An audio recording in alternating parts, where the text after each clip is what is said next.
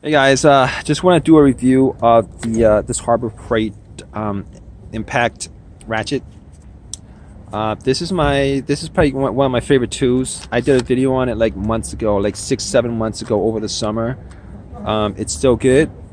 What can I say? It works. You know, it works.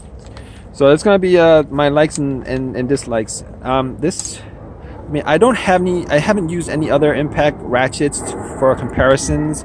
As far as the power, it says 60 on the box. There's 60 foot-pounds of torque, and I watched some videos on it. Somebody said it was max 35 pounds. I don't really. It's not really a big deal to me. It works the way it's supposed to work. I don't have any complaints about the amount of torque on this thing. Only issue that I actually did have was the battery. It's kind of loose, and what happens is the socket to the battery is kind of loose, and what happens is sometimes you're pressing on it and there'd be no power, and I figured out it was the battery. Well, it's not loose now, but I don't know why it's not loose now, but if you guys can see those little two connectors, if you guys have this problem, all you guys got to do is just press it out, because when it's loose, it's not actually connecting to the battery. Once you press it out a little bit, put it back in, and you guys won't have that problem for a while. I mean, that's the only complaint that I have about this. Well, not the only complaint. I mean, it would be great if there was a battery meter. It'd be awesome if there was a battery meter. It'd be great if there was like a little thing that keeps this from, being pressed on when it's in the toolbox or whatever.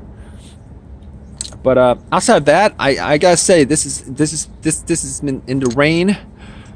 This is one of this is like my first or second go-to tools when I'm working on cars.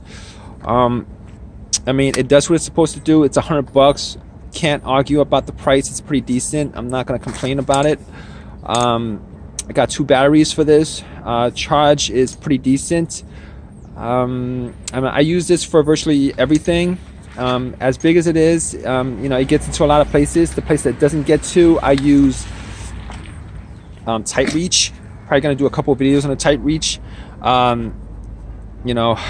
Extensions, and I use extensions and stuff like that, but it saves on a lot of work and stuff. So that's my review of it. If you guys have any comment, please leave a comment in the comment section. Please subscribe.